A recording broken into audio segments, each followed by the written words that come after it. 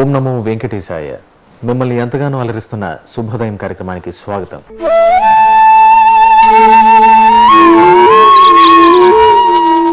తిరుమలగిరిలో వెలసి భక్తులను అనుగ్రహిస్తున్న ఆ శ్రీనివాసుని ఆశీస్సులు మనపై ఎల్లప్పుడూ కలగాలని కోరుకుంటూ శ్రీ వెంకటేశ్వర వజ్రకవచ స్తోత్రాన్ని చూద్దాం.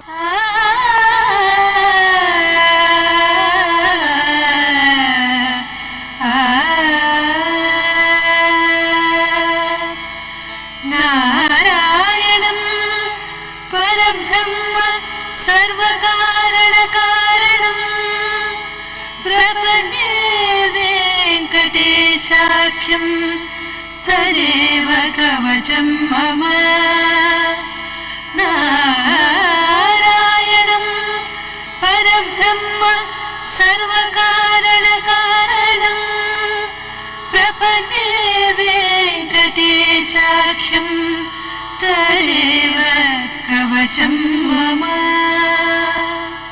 सहस्रशीर्षा पुरुषो वेङ्कटेश शिरोवतो प्राणेशः प्राणनिलयः प्राणं रक्षतु मे हरिः. सहस्रशीर्षा पुरुषो वेङ्कटेश शिरोवतो प्राणेशः प्राणनिलयः प्राणं रक्षतु मे हरिः. आकाशराट् सुराराध आत्मानं मे सदा वदो देवदेवोत्तमः पायाद्देहं मे वेङ्कटेश्वरः. आकाशराट् सुराराध आत्मानं मे सदा वदो देवदेवोत्तमः पायाद्देहं मे वेङ्कटेश्वरः. सर्वत्र सर्वकालेषु मङ्गाम्बाजानिरीश्वरः पालयेन्मामकं कर्मसाफल्यं नः प्रयच्छतु. सर्वत्र सर्वकालेषु मङ्गाम्बाजानिरीश्वरः पालयेन्मामकं कर्मसाफल्यं नः प्रयच्छतु.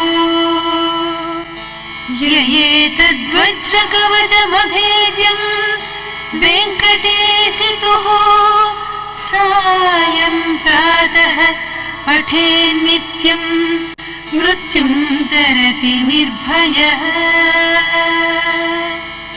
इति मार्कण्डेयकृत वेङ्कटेश्वर वज्रकवचं सम्पूर्णम्.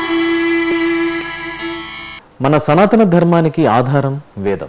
ఆ భగవంతుడే స్వయంగా మనకు అందించిన వేదాలను ఎక్కడ పఠిస్తారో అక్కడ భగవంతుడు సాక్షాత్కరిస్తాడనడంలో సందేహం లేదు. వేద పఠనం విందాం, భగవంతుని అనుగ్రహం పొందుదాం. హరి ఓం ఇమం మే వరుణ శరుధి హవామధియా చ మ్రేడయ త్వామవసియురాచకే तत्वाजामि ब्रह्मणा वन्दमानस्तदा शास्ते जजमानो हविर्भिः अहेडमानो वरुणे हवोद्युरुषग्गो समान आयुः प्रमोखीः. त्वन्नो अग्ने वरुणस्य विद्वान् देवस्य हेडो अवया शिशिष्ठाः. ज्येष्ठो बन्धितमहाशोषुचानो विषवाद्वेखाग्गुंसि प्रमोमुग्ध्यस्मत सतवन्नो अगने वामो भवोतीने दिष्टो अस्या उखसोऽव्युष्टौ अवयक्ष्वाणो वरुणग्मुरराणो विहिम्रेडीकग्गो सुहवो न एधि इन्द्राग्नि आगतग्गो सुतङ्गिर्भिर्नभो वरेण्यम् अस्य पातन्धिये खिता उपयामगृहीतोऽसीन्द्राग्निभ्यान्तवैखते जो निरिन्द्राग्निभ्यान्तवा आघाजे अग्निमिन्दते स्त्रेणन्ति बर्हिराणुखप जेखामिन्दरो जुवासखा उपयामगृहीतोऽस्यग्नीन्द्राभ्यान्तवैखते जो निरग्नीन्द्राभ्यान्तवा ओमासश्चरेखणीध्रेतो विषवे देवास आगत दाश्वाग्गुंसो दाशुखः सुतम् उपयामगृहीतोऽसि विषवेभ्यस्तवा देवेभ्य एकतेजो निर्विषवेभ्यस्तवा देवेभ्यः विषवे देवास आगत शरेणुताम इमग्गो हवम् एदं बर्हिर्निखीदत उपयामगृहीतोऽसि विषवेभ्यस्तवा देवेभ्य एकतेजो निर्विषवेभ्यस्तवा देवेभ्यः इन्द्रमारुतव इमपाहि सोमञ्जथा शार्जाते अपि भाः सुतस्य तव पराणीति तव शूरशर्मन्ना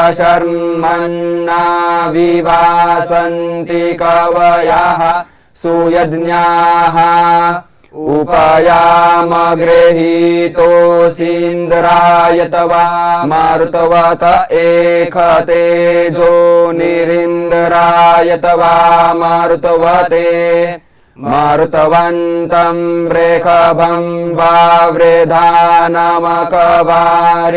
दिव्यगोशासमिन्दरम् विषवासाहमवसे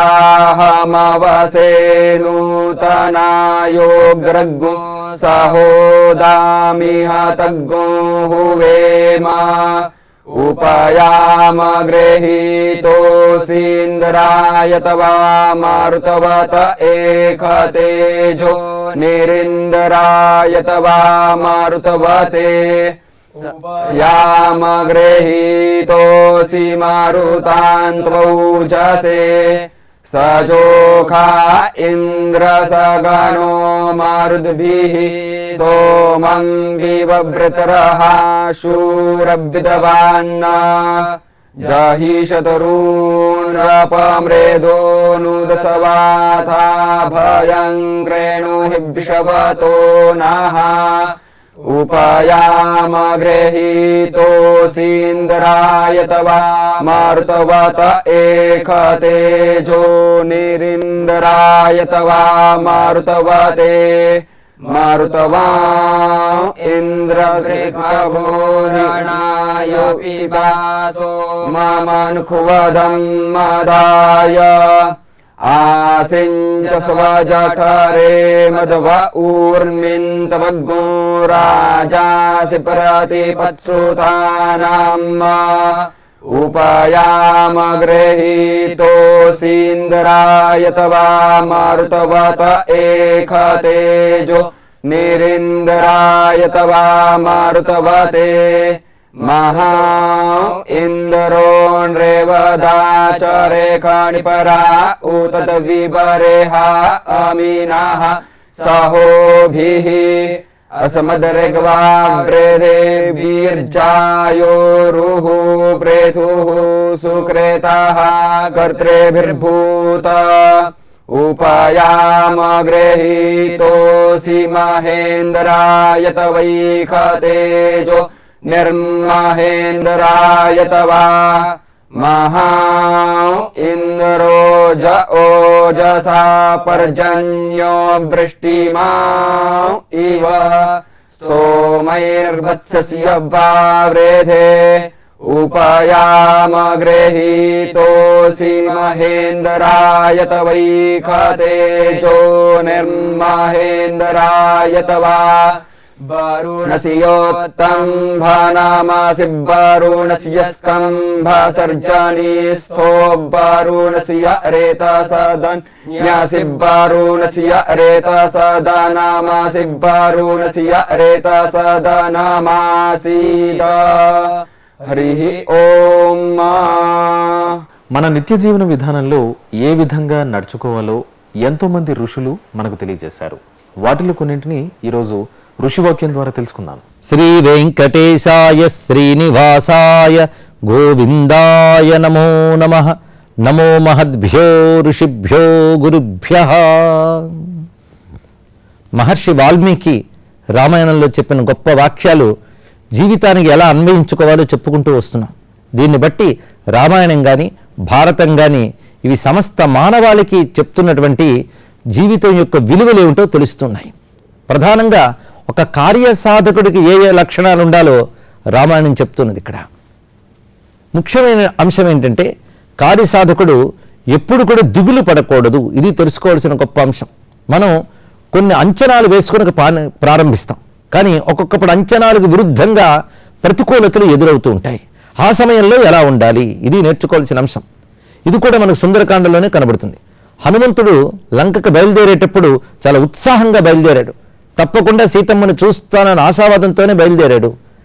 త్రోవలో ప్రయాణం కూడా నిరాటంకంగా సాగింది. కానీ లంకలో ప్రవేశించిన తర్వాత ఎంత వెతికినా సీతమ్మ జాడ కనబడలేదు. అన్నీ చూసేనే అయినా సీతమ్మ కనబడలేదు అనుకున్నాడు. తాను తిరగని చోటు లేదని కూడా అనుకున్నాడు. ఎందుకంటే లతాగృహాలు, క్రీడాగృహాలు, పుష్పక విమానం, అంతఃపురాలు, భూగృహాలు అన్నీ గాలించాడు. అన్వేషించేటప్పుడు మాటి మాటికి వెతికిన చోట్లు కూడా వెతికాడు. నిరాశపడకుండా వెతికాడు. కానీ ఫలితం దూరమవుతున్న కొద్దీ ఎంతటి మహానుభావుడికైనా కాసింత నిరాశ రావచ్చు. అలాంటి హనుమంతుడు కూడా క్షణం సేపు అనుకున్నట్ట, అసలు నిజంగా సీతమ్మ బ్రతికే ఉందా, లేక ఈ రావణుడి బాధ తట్టుకోలేక మరణించిందా, లేదా రావణుడే సంహరించాడా, వస్తున్నప్పుడే సముద్రంలో పడిపోయిందా, ఇలాంటి రకరకాల ఊహలు చేశాడు హనుమంతుడు. అయినప్పటికి కూడా నిరాశపడలేదు. అది తెలుసుకోవాల్సింది. అక్కడ గొప్ప వాక్యం అంటాడు హనుమంతుడు, అదే మహా ఋషి వాక్యం. అనిర్వేద శ్రియోమూలం అనిర్వేద పరం సుఖం అనిర్వేదో హి సతతం సర్వార్థేషు ప్రవర్తక. గొప్ప పదాన్ని ఇచ్చాడు ఇక్కడ వాల్మీకి. అనిర్వేదం, ఈ మాట యువత బాగా గుర్తుపెట్టుకోవాలి. నిర్వేదం అంటే దిగులు పడడం, బేలతనము అని అర్థం. అనిర్వేద అంటే దిగులు లేకుండా ఉండడం, అంటే ఉత్సాహం అని చెప్పుకోవాలి. ఎప్పుడు దిగులు లేకుండా ఉండాలి. దిగులు మనస్సులో ఆక్రమిస్తే గొప్ప ఆలోచన రాదు. ఎందుకంటే ఒక భావం ఆక్రమిస్తే ఇంకో భావం రావడానికి కష్టం. అందుకే దిగులు, నిరాశ మొదలైన భావాలు వస్తే ఆశ, ఉత్సాహం లాంటి భావాలు రావు. అందుకు ఎల్లవేళలో కూడా దిగులు లేకుండా ఉండాలి. అది అనిర్వేదం. అలాంటి దిగులు లేనటువంటి వాడు, దిగాలు పడినటువంటి వాడు, బేలతనం లేనటువంటి వాడు మాత్రమే సంపదలు సంపాదించగలడు. ఆ అనిర్వేదం వల్లనే శ్రేయస్సులు లభిస్తాయి, సంపదలు లభిస్తాయి. అనిర్వేద శ్రేయోమూలం అనిర్వేద పరం సుఖం. అనిర్వేద స్థితి వల్లనే సుఖాన్ని పొందగలం. అందుకు సర్వార్థేషు ప్రవర్తక. ఏ ప్రయోజనం సాధించాలన్నప్పటికీ ఉండవలసినటువంటి సుగుణము అనిర్వేదము. ఇది హనుమంతుడు తన భావన ద్వారా అనుకున్నటువంటి మాటని వాల్మీకి మనకు పట్టి చూపించాడు. ఎందుకంటే వాల్మీకి మహర్షికి జరిగిన రామాయణం తపశ్శక్తి వల్ల కనబడుతుంది. ఆ కనబడడం బయటికి వాళ్ళన్న మాటలే కాదు, వాళ్ళ మనస్సులో అనుకున్న మాటలు కూడా ఆయనకు తెలుస్తూ ఉన్నాయి. అది బ్రహ్మదేవుని ద్వారా వాల్మీకి పొందిన వరం. అందుకే హనుమంతుడు మనస్సులో ఏమనుకుంటున్నాడో కూడా వాల్మీకి మనకు రచించి చూపించాడు. ఇక్కడ ఈ అనిర్వేద శ్రేయోమూలం అనే వాక్యం ఎప్పుడూ గుర్తుపెట్టుకోవలసింది. ఏ పని చేస్తున్నప్పటికి కూడా ఉత్సాహంగా చేయాలి. ఇది తెలుసుకోవాల్సిన గొప్ప మాట. మనకి తెలుగులో ఒక సామెత ఉన్నది, ఏడుస్తూ పుస్తకడితే మూలకు వెళ్ళి తెంపేసుకుంది అని అర్థం. అంటే ఏ పని చేసినా ఉత్సాహంతో చేయాలి, ఆనందంతో చేయాలి. దీన్నే పాజిటివ్ థాట్ అంటారు, సకారాత్మక ఆలోచన అని. ఇది సాధించగలను, ఇది మంచి జరుగుతుంది అనే భావం ఉండాలి. అసలు హనుమంతుడు బయలుదేరేటప్పుడే నేను రామచంద్రమూర్తి వదిలిపెట్టిన బాణంలా వెళుతున్నానని ఉత్సాహంగా బయలుదేరాడు. యథా రాఘవ నిర్ముక్త శరస్వసన విక్రమ గచ్చే తద్వద్గమిష్యామి లంకాం రావణపాలితాం. ఇది హనుమంతుడు చెప్పిన మాట. అంతేగాని బయలుదేరేటప్పుడే ఏదో నా ప్రయత్నం చేస్తున్నాను కానీ ఎక్కువ ఆశలు పెట్టుకోకండి ఇలా మాట్లాడలేదు హనుమంతుడు. అది గుర్తుపెట్టుకోవాలి. తాను తప్పకుండా లంకకు చేరతాను, అక్కడ సీతమ్మను చూస్తాను, అక్కడ సీతమ్మ లంకలో కనబడకపోతే అనేనేవై వేగేన గమిష్యామి సురాలయం, అదే వేగంతో స్వర్గానికి చేరతాను, అక్కడుందేమో చూస్తాను, అక్కడ కూడా లేకపోతే తోకతో లంకను చుట్టి తీసుకొస్తానన్నాడు. అటువంటి ఆత్మవిశ్వాసం చాలా అవసరం. సాధించగలను అనేటువంటి భావం దృఢంగా ఉంటే దేన్నైనా సాధించగలం. అందుకే ఫలం లభించే వరకు కూడా ప్రయత్నం దృఢంగా సాగాలి. ఆ దృఢంగా సాగాలనేటువంటి సంకల్పం నువ్వు పెట్టుకుంటే ఈశ్వరానుగ్రహం తప్పకుండా ఉంటుంది. అందుకే ఏ పని సాధించాలన్న మానవుడికి ఒకటి ఆత్మవిశ్వాసం, రెండవది భగవద్విశ్వాసం, రెండూ ఉండాలి. ఆ రెండూ ఉంటేనే దేన్నైనా సాధించగలం. అయితే మంచి పని చేస్తున్నామంటే చాలు, తప్పకుండా తృప్తి ఉంటుంది. దానికి ఈ రెండూ కలిస్తే తప్పకుండా ఫలితం ఉంటుంది. స్వస్తి. పరమాత్మ స్వరూపమైన కాలంలో ఒక్కో మాసానికి ఒక్కో విశిష్టత ఉంది. మనం పుష్యమాసంలో ఉన్నాం కనుక పుష్యమాస వైశిష్ట్యాన్ని కొంత తెలుసుకుందాం. ఋగ్వేదోథ యజుర్వేద సమవేదో హ్యథర్వణ అధీతస్తేన ఏనోక్తం హరిరిత్యక్షరద్వయం. సాధారణంగా అనేక శాస్త్రాలు, అనేక రకములైనటువంటి విద్యలు, ఎన్నో కళలు మనకు భక్తిని సంపాదించి పెట్టేటువంటివి ఎన్నో ఉన్నాయి. అయితే వీటన్నిటిలో కూడా వేదాధ్యయనం అనేటువంటిది చాలా ప్రశస్తమైనటువంటి విషయం. ఋగ్వేదము, యజుర్వేదము, సామవేదము, అథర్వవేదము అనేటువంటి 4 వేదములు ఉన్నవి. వేదములను అధ్యయనము చేసినటువంటి మహాపురుషులు ఎవరైతే ఉన్నారో వారు సాక్షాత్తుగా సంచరించే విష్ణు స్వరూపులు అని మనకు శాస్త్రోపదేశం. ఈ 4 వేదములలో ఏ ఒక్క వేదాన్ని అధ్యయనం చేసినా మనకు ఇంత ప్రశస్తమైనటువంటి ఫలితం ఉన్నది. అయితే మనకు ఈ హరి అనేటువంటి శబ్దాన్ని కనుక మనం స్మరించుకున్నట్లయితే ఋగ్వేద, యజుర్వేద, సామవేద, అథర్వవేదములను 4ంటిని కూడా చదువుకున్నటువంటి ఆ దివ్య పురుషులు ఎవరైతే ఉన్నారో సాక్షాత్తు ఆది పురుషుడైన, వేద పురుషుడైన, వేద ప్రియుడైన, వేదముల చేత ఉపాసింపబడినటువంటి శ్రీమన్నారాయణమూర్తి ఎటువంటి వాడు అటువంటి దివ్యత్వాన్ని పొందేటువంటి ఆ మహనీయుల యొక్క ఆ స్వరూపం ఏదైతే ఉన్నదో ఆ స్వరూపంతో సమానమట.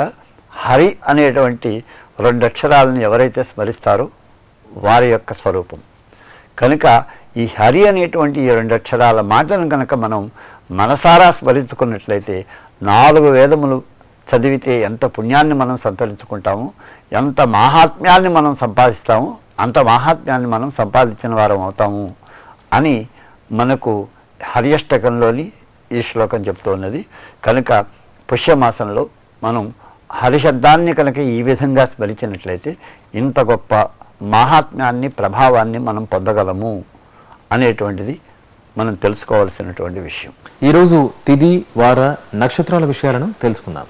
జనవరి 7వ తేదీ చాంద్రమాన దుర్ముఖనామ సంవత్సర దక్షిణాయన హేమంత ఋతువులో పుష్యమాసంలో శుక్లపక్షంలో నవమి తిథి శనివారం అశ్వని నక్షత్రం. ఈ రోజున సూర్యోదయ సమయానికి నవమి తిథి ఉన్నది. ఆ తర్వాత దశమి ప్రవేశిస్తున్నది. మరునాటి సూర్యోదయానికి ముందరే దశమి అది సమాప్తం అవుతుంది కనుక దశమి ఏష్యమవుతున్నది. ఇది మనం తెలుసుకోవాల్సినటువంటి ఒక విషయం. అలాగే శనివారం కనుక శ్రీ వెంకటేశ్వర స్వామి వారి యొక్క ఉపాసనను మనం చేసుకోవచ్చు. ఇక స్థానికమైనటువంటి విశేషాల్లో కనుక మనం వెళ్ళినట్టయితే కపిలేశ్వర స్వామి వారి యొక్క తెప్పోత్సవాలు ఈ రోజున 2వ రోజు ఈ రెండవ రోజున సుబ్రహ్మణ్య స్వామిని ఈ తెప్ప మీద కూర్చొండబెట్టి సంచారం చేయిస్తారు. ఇది ఒక విశేషం. అలాగే తిరుమలలో చినశాత్తుమర అనేటువంటి ఉత్సవ నిర్వహణ ఉంటుంది. ఈ చినశాత్తుమర యొక్క వైశిష్ట్యం ఏమిటంటే, ధనుర్మాసాన్ని పురస్కరించుకుని ప్రారంభమైనటువంటి దివ్య ప్రబంధ అధ్యయన ఉత్సవాలు ఏవైతే ఉన్నాయో ఆ ఉత్సవాలు సమాప్తమై ఈ రోజున 11వ రోజు. గత దినంతో 10 రోజులతో ఆ అధ్యయనోత్సవాలు సమాప్తమవుతాయి. ఈ 11వ రోజున దివ్య ప్రబంధంలోని వివిధ ఆయురములను పఠిస్తూ చినశాత్తుమర నిర్వహిస్తారు. ఇది ఒక అధ్యయనోత్సవాలకు మంగళాచరణ కృత్యం అన్నమాట. ఇవి ఈనాటి విశేషాలు. పురాణాలలో ఉన్న శ్లోకాలు మన జీవన విధానానికి ఎంతగానో ఉపయోగపడతాయి. అందుకే ఈరోజు ఒక శ్లోకం విందాం, భావాన్ని గ్రహిద్దాం. దానం హి భూతాభయ దక్షిణాయాః, దానం హి భూతాభయ దక్షిణాయాః, సర్వాణి దానాన్యధితిష్ఠతిః, సర్వాణి దానాన్యధితిష్ఠతిః.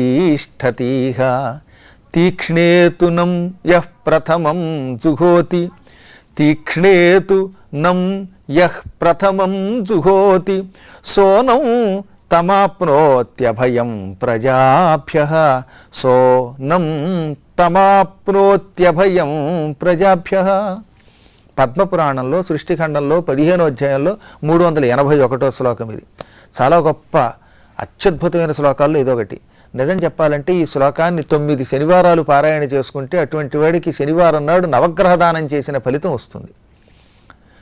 అంటే ఇందులో మానసికమైనటువంటి ఒక గొప్ప ఉపాసనా విధానాన్ని చెప్పారు. నాయనలారా, ప్రతి వ్యక్తికి కోపం సహజం. కోపం లేకుండా ఎవడు ఉండడు. ఎంత గొప్పవాడైనా ఎప్పుడో ఒకప్పుడు కోపం తెచ్చుకుంటూనే ఉంటాడు. నాయనలారా, 25 ఏళ్ళు తపస్సు చేసి కోపాన్ని జయించానన్నట్ట. వెంటనే ఎదురుగుండా ఉన్నవాడు, గురువుగారు మీరు కోపాన్ని జయించారంటే, అవునైనా కోపాన్ని జయించానన్నాడు. మళ్ళీ వాడు అన్నట్టు కోపాన్ని జయించారన్నట్ట. వాడు ముఖంలో చిట్లించి నేను కోపాన్ని జయించానన్నాడు. మళ్ళీ వీడు మీరు నిజంగానే కోపాన్ని జయించారా అన్నట్ట. ఎన్నిసార్లు అడుగుతూ నేను కోపాన్ని జయించానన్నట్టు. ఈయన గురువుగారు మీరు నిజంగానే కోపాన్ని జయించారా అని మళ్ళీ 4వసారి అడగగానే లాగి కోపం మీద కొడతాను ఏమనుకుంటున్నావు, 25 ఏళ్ళు తపస్సు చేసి కోపాన్ని జయించానంటే నిమిషానికి ఒకసారి కోపం జయించావా అంటావా, నేను కోపాన్ని జయించాను అడిగితే తంతానన్నట్ట. అంటే ప్రతి వ్యక్తికి తెలియకుండానే తెక్కెల వస్తుంది. అందువల్ల ఏం చెప్పాడు, మానసిక యజ్ఞం ఒకటి చెయ్యండి. యజ్ఞగుండంలో హోమం చేయవలసింది కోపాన్ని. యజ్ఞగుండంలో ఏం చేస్తాం, నెయ్యి పోస్తాం. నెయ్యికి అదిరపోయటం, కోపాన్ని అందులో పారవేయి. కోపాన్ని మనస్సు అనేటటువంటి ఒక యజ్ఞగుండంలో వేసి భస్మం చేసేయి. అంటే అంతరార్థం ఏంటంటే కోపం జయించటమే నిజమైన యజ్ఞం. యజ్ఞం అనే పేరుతో బయట కుండం పెట్టుకుని అందులో ఎంత నెయ్యి పోసినా, ఎన్ని మంత్రస్వాహాకారాలు చెప్పినా, ఎన్ని కట్టెలు వేసినా, నవధాన్యాలు వేసినా దానివల్ల వచ్చే ఫలితం తక్కువ, ఎప్పుడూ కోపం జయించకపోతే. కాబట్టి అసలైన యజ్ఞము క్రోధమును జయించుట. ప్రతి వ్యక్తి కోపాన్ని జయించాలి. తర్వాత రెండోది ఏమిటి, యజ్ఞం చేశాక దానం చెయ్యాలని శాస్త్రం కదా. దానం అంటే ఏమిటి, సర్వప్రాణులకు అభయం ఇవ్వడం, ఇతరులకి భయం లేకుండా చేయడం నిజమైన దక్షిణ. యజ్ఞం అనగా కోపాన్ని జయించుట. కోపాన్ని జయించడం వల్ల ప్రజల మన్నన పొందుతాడు. అప్పుడు వాడికి జ్ఞానం కలుగుతుంది. జ్ఞానం వల్ల ప్రజల అభయం వీడు పొందుతాడు. వీడు ప్రజలకు ఇవ్వవలసినటువంటి దానము అభయమే. 10 రూపాయలు ఇవ్వడం కంటే, అన్నం పెట్టడం కంటే, వస్త్రాలు ఇవ్వడం కంటే సాధ్యమైనంత వరకు తన చుట్టుపక్కల వారికి భయము లేకుండా చేయడం నిజమైన దానం అని చెప్పారు. ఇవాళ చాలామంది ఏదో ఒక కష్టంతో భయపడుతూనే ఉన్నారు. అలాంటి కష్టం వారికి తొలగించడమే అభయము. అంటే అభయం అంటే భయం లేకుండా చేయుట. ఆకలికి మలమల్లాడి చచ్చిపోతున్నటువంటి వాడిని చూసి వెళ్ళిపోకుండా, నాయనా భయపడకు, ఆకలికి భయపడి చచ్చిపోతున్నావా, ఎంత అన్నం పెడతాను అని వాడికి అన్నం పెట్టడమే అభయదానము అంటే. ఈ విధంగా అనుక్షణము భయముతో కృంగి కృషించి నశించిపోతున్న జనులకి భయం తొలగించడం అభయం అనే పేరు కలిగిన దానం చేయటం అన్నమాట. అభయదానం చాలా గొప్ప దానం. అన్ని దానాల్లోకి అదే గొప్ప దానం. కాబట్టి సాధ్యమైనంత వరకు నాయన క్రోధాన్ని జయించు, ఇతరుల యొక్క కష్టాలను తొలగించి వారికి అభయమియ్యి. అప్పుడు నువ్వు ప్రజల మన్నన పొందుతావు. ప్రజల మన్నన పొందిన వాడికి సంపూర్ణ కైవల్యం మోక్షం లభిస్తుంది అని పద్మపురాణంలోని ఈ శ్లోకం చెబుతున్నది. మరొక్కసారి శ్లోకం చదువుకుందాం. దానం హి భూతాభయదక్షిణాయా సర్వాణి దానాన్యధితిష్ఠతిహ తీక్ష్ణేతునం యః ప్రథమం జుహోతి సోనం తమాప్నోత్యభయం ప్రజాభ్యః. ఈ ఉదయం ఆదిశంకర విరచితమైన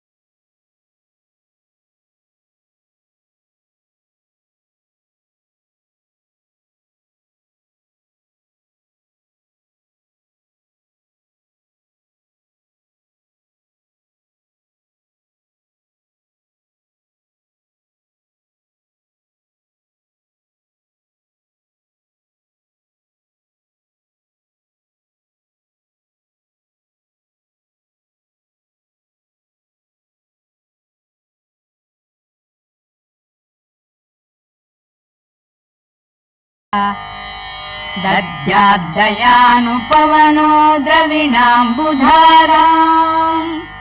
अस्मिन्न किञ्चन विहङ्गशिशौ विषण्णे दद्याद्दयानुपवनो द्रविणाम्बुधाराम् अस्मिन्न किञ्चन विहङ्गशिशौ विषण्णे दुष्कर्म घर्ममपनीय चिराय दूरम् नारायण प्रणयिनी नयनाम्बुवाहः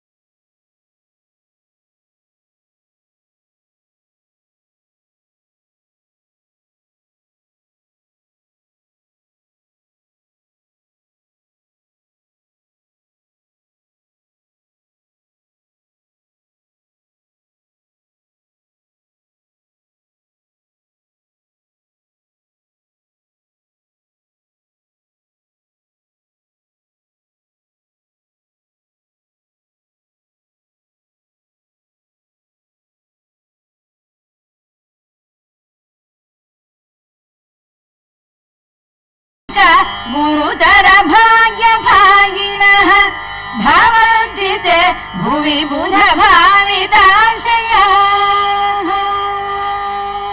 మన నిత్య జీవన విధానంలో ఆచరించవలసిన ఆచారాలు ఎన్నో ఉన్నాయి. వాటిలో ఒక సదాచారాన్ని తెలుసుకుని ఆచరిద్దాం. ఉపచారాలలో 13వ ఉపచారం నైవేద్యం. ఉపచారాలు చాలా రకాలు. ఏకోపచారం నమస్కారం చేయడం, పంచోపచారం లం పృథ్వీతత్వాత్మనే గంధం పరికల్పయామి, ఇలా చేస్తూ ఉంటాం. 5 ఉపచారాలు. అన్ని ఆలయాలలో అందరి ఇండ్లలో సాధారణంగా మనం చేసేటటువంటి ఉపచారాలు 16 ఉంటాయి. దానికి షోడశ ఉపచారములు అని పేరు.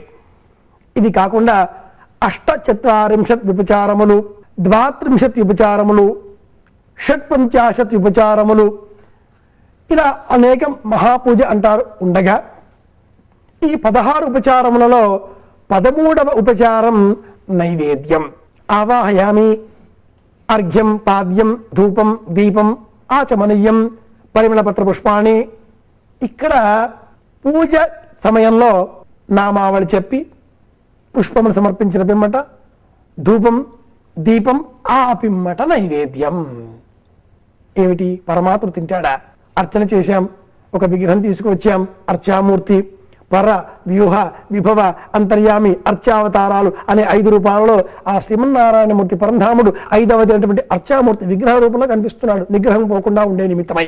అంతటా ఉండే ఆ స్వామిని విగ్రహంలో కూడా చూస్తూ స్వామి అంటూ కూర్చుండబెట్టి ఆయన ముందు పదార్థాలన్నీ పెట్టి నైవేద్యం ఇలా చూపించాం. దీనికి ఒక ముద్ర కూడా ఉందండో, మనం వేద్దాం. ఆ నైవేద్యం ఎలా? ఇది 13వది. ఏకో విష్ణుం మహర్భూతం పృథగ్భూత అన్యనేకశః త్రీన్లోకాన్ వ్యాప్య భూతాత్మ భృంతే విశ్వభుగవ్యజ అంటుంది పురాణ ప్రపంచం. శ్రీమన్నారాయణమూర్తి ఏకో విష్ణు, ఆయన ఒక్కడే. పృథగ్భూతం, అన్ని ప్రాణులలో ఉండేటటువంటి ప్రాణశక్తి వాసుదేవుడు, ఆయన శ్రీమన్నారాయణమూర్తి. ఆయన పృథగ్భూత రూపంలో ఉండి అన్ని ప్రాణులలో కూడా ఉండి ఈ పదార్థాన్ని ఆఘ్రాణ రూపంలో, వాసన రూపంలో స్వీకరిస్తాడు. కనుక ఆయన ముందర పెట్టాం, స్వామి అన్నాం, ఆయన స్వీకరిస్తాడు. దానిని నైవేద్యం ఆ పిమ్మట దాన్ని ప్రసాదంగా తీసుకుంటాం. అంతవరకు అది పదార్థం స్వామికి నివేదన చేసిన పిమ్మట ప్రసాదంగా మారింది. ప్రకృష్టమైన సాదము ప్రసాదము, విశేషమైనటువంటి పదార్థంగా మారింది. ఎవరైనా ఒక లడ్డు ఇచ్చారనుకోండి, ఎవరికన్నా తినే వ్యక్తి ఆ లడ్డూని తీసుకొని అబ్బా ఎంత బాగుందండి అని, రుచిగా ఉందండి అన్నాడే అనుకుందాం. మనం చిరునవ్వులు చిందిస్తూ నిన్న మా బావగారు తిరుపతి వెళ్ళారు, ఓహో చేతిలో మిగిలిన ఆ శేషం సగం లడ్డువం ఉన్నా కూడా కళ్ళకొత్తుకుంటాడు, నాకు వెళ్ళాలనే ఉంది. ఇప్పుడు రుచి ఉండదు, ఇప్పుడు భక్తి ఉంటుంది. ఇప్పుడు దాకా తీయగా ఉంది, ఎక్కడ తెచ్చారండి పుల్లారెడ్డి అమరోట అనే వ్యక్తి ఒక్కసారి మనం దైవనామం చెప్పగానే అక్కడ ఆ రుచి పోతుంది, భక్తి ఉంటుంది, అనుభవం ఉంటుంది. అప్పటిదాకా రుచి అది శరీర సంబంధి, అది అహంతో కూడుకుంది. నేను, నాది, శరీరం, పోషణ, రుచి, కోరిక, ఇది దాటిపోయి దానికి భక్తి అలదినప్పుడు, పరమేశ్వర నామం చెప్పినప్పుడు, శ్రీమన్నారాయణమూర్తి నామం చెప్పినప్పుడు ఆ లడ్డువం కాస్త ఒక్కసారిగా రూపం మార్చుకుని ప్రసాదమైపోయింది. అది నైవేద్యంగా సమర్పింపబడినది కదా. కనుక నైవేద్యం యోని ముద్రాం ప్రదర్శయ, ఒక్కొక్క ఆగమ శాస్త్రాన్ని అనుసరించి ఒక్కొక్క ముద్ర వేస్తారు. ఇది యోని ముద్ర, ఇలా వేస్తారు. ఒక్కొక్క ముద్ర ఒక్కొక్కసారి. సాధారణంగా మన ఇళ్లలో నైవేద్యం పెట్టుకునేటప్పుడు ఇలా యోని ముద్ర, ఈ 2వ వేలు పెట్టుకోవడం, ఈ రెండింటిని ఇలా పట్టుకోవడం, ఇలా వేయడం. నైవేద్యం పెట్టే సమయంలో చిటికిన వేలితో ఒకటి ప్రాణాయ స్వాహ, అపానాయ స్వాహ, వ్యానాయ స్వాహ, ఉదానాయ స్వాహ, సమానాయ స్వాహ. 5 ప్రాణాపాన వ్యానోదాన సమానములు 5ంటిని కూడా చూపించి ఇలా చెప్పాలి. చివరికి ప్రాణాపాన వ్యానోదానామే శుద్ధ్యంతాం జ్యోతిరాం విరచా విపాత్మా భూయాసం అంటుంది వేదం. మన శరీరంలో ఉండేటటువంటి శక్తి ఆ సూక్ష్మమైనటువంటిది ఆ నాభి నుంచి ఊర్ధ్వ భాగంలో, కంఠం నుంచి అధో భాగంలో, మధ్యలో ఉండేటటువంటి హృదయ కుహరంలో ఎక్కడో ఒకటి అధో రూపంలో ఉండేటటువంటి అధో నిష్ట్యావితస్యాంతే నాభ్యాం ఉపరితిష్టతి ఆ ప్రాణశక్తి ఈ పంచవాయువులను పంచస్వరూపాన్ని నియంత్రణలో పెట్టుకొని మన దేహానికి ఒక వర్చస్సును ఇస్తుంది. శరీరం కాంతివంతమవుతుంది, ఓజోవంతమవుతుంది. అలా కావాలి అంటే నైవేద్యంగా చెప్పబడి పదార్థాన్నే స్వీకరించాలి. అందుకే మన ముందు పెట్టుకునే ఆహారాన్ని కూడా ముందుగా ప్రాణ ఆహుతులు అని చెప్పి 5 సార్లు ఇలా ధేను ముద్రతో వాటిని మనం స్వీకరిస్తాం. ఆచారం ఏది చెప్పినా అది సదాచారంగా అవుతుంది. ప్రతి నియమము ఒక విశేషమైనటువంటి ఆలోచనలతో కూడుకొని దేహానికి, తద్వారా సంఘానికి, సమాజానికి విశ్వశ్రేయస్సును కాంక్షించేవే అవుతున్నాయి. ఆహారాన్ని అలా తీసుకుంటే అది రోగకారకం అవుతుంది. అలా కాకుండా పరమేశ్వరోద్దిష్టము అని చెప్పి తీసుకుంటే అది మనకు ఆరోగ్యాన్ని ఇస్తుంది, ఆనందాన్ని ఇస్తుంది. పరమాత్మకి నైవేద్యం ఇలా ప్రాణాయ స్వాహ, అపానాయ స్వాహ, వ్యానాయ స్వాహ, ఉదానాయ స్వాహ, సమానాయ స్వాహ అని చూపిద్దాం. ముద్రలు ఏమైనా ఉంటే ఇలాంటివి తెలుసుకుందాం, పాటించే ప్రయత్నము చేద్దాం. ఇది నైవేద్యం, ఇది ఆచారం, ఇది సదాచారం. శ్రీ వల్లభాచార్య విరచితమైన మధురాష్టకాన్ని ఇప్పుడు చూద్దాం.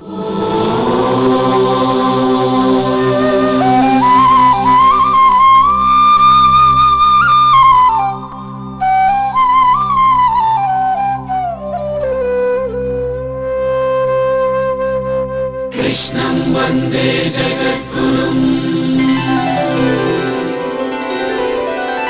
అధరం మధురం వదనం మధురం నయనం మధురం హసితం మధురం హృదయం మధురం గమనం మధురం మధురాధిపతే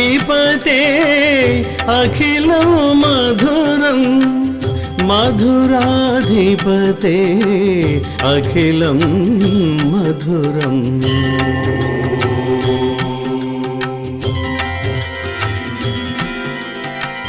వచనం మధురం చరితం మధురం వసనం మధురం వలితం మధురం చలితం మధురం భ్రమితం మధురం మధురాధిపతే అఖిలం మధురం మధురాధిపతే అఖిలం మధురం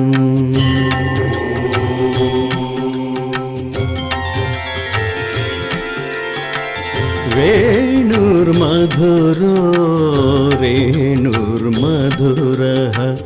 పాణిర్మధురః పాదౌ మధురౌ నృత్యం మధురం సఖ్యం మధురం మధురాధిపతే అఖిలం మధురం మధురాధిపతే అఖిలం మధురం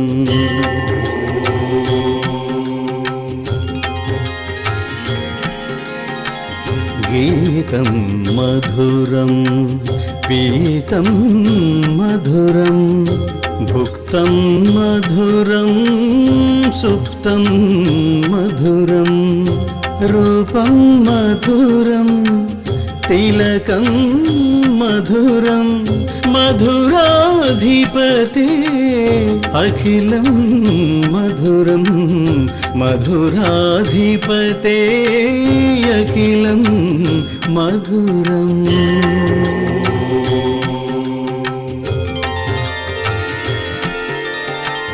కరణం మధురం తరణం మధురం హరణం మధురం రమణం మధురం వమితం మధురం శమితం మధురం మధురాధిపతే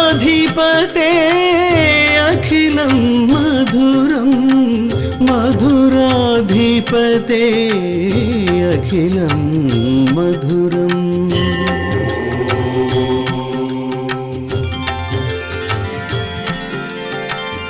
गुञ्जा मधुरा माला मधुरा यमुना मधुरा वीची मधुरा सलिलं मधुरं कमलं मधुरं मधुराधिपते अखिलं मधुरं मधुराधिपते अखिलं मधुरम्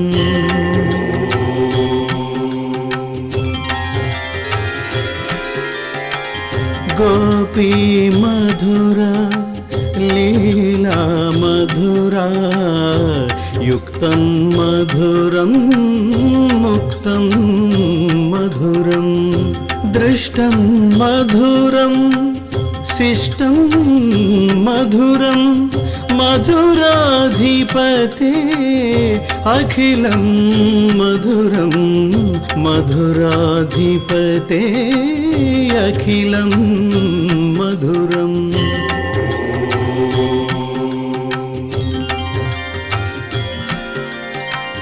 गोपा मधुरा गावो मधुरा यष्टिर्मधुरा सृष्टिर्मधुरा दलितं मधुरं फलितं मधुरं मधुराधिपते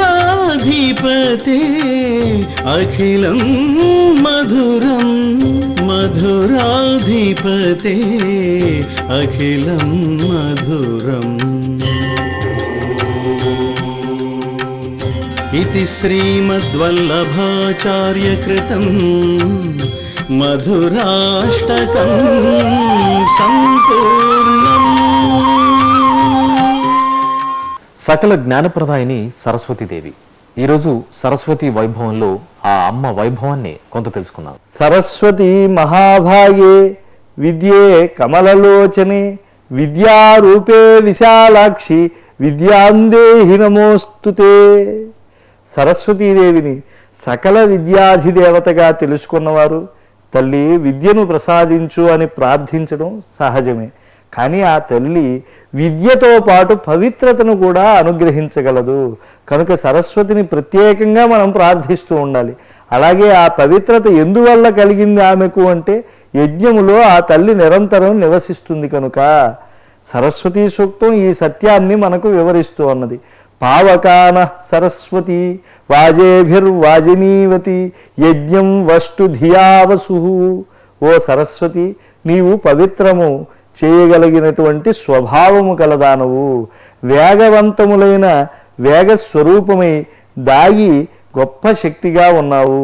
బుద్ధి బలము చేత నిర్వహింపబడిన దానివై స్వరూపములో సంపత్కరమై మా యజ్ఞమందు వచ్చాక అని చెప్పి. పావకాహ అంటే ఋషుల అర్థం ఏమిటి అంటే పవిత్రము చేసేటువంటి స్వరూపము అంటే అగ్నిహోత్రంలోని వెలుగొందే స్వరూపము మరియు స్వయం ప్రకాశకము అని చెప్పారు. అలాగే ఋషులు అగ్నికి జ్వాలలుంటాయి, అలాగే సరస్వతికి వాక్కులుగా భావములుగా అవి రగులుకొని వెలువడుతూ ఉంటాయి అని చెప్పారు. అగ్ని భౌతిక పదార్థమును దగ్ధం చేసే మూల పదార్థములలోనికి మార్చుతుంది. అలాగే మనస్సు భావములు మారుస్తూ ఉంటుంది. వాక్యము, కర్త, కర్మ, క్రియలు, వ్యాకరణము, కంఠధ్వని, శబ్ద తరంగములు, ఛందస్సు, స్వరము, లయ మొదలైన వాటిని సమిధలుగా రగుల్కొల్పి ఆత్మను వ్యక్తం చేసే తేజస్సు అనే స్వస్వరూపములోనికి మార్చి ఉచ్చారణగా వెలువడుతుంది. పవనము అంటే గాలి దీవెన. ఇది మన ఉచ్చారణకు మూలమైనటువంటి ఉచ్ఛ్వాస నిశ్వాసముల రూపం కలది. దీనిని హంస అంటారు.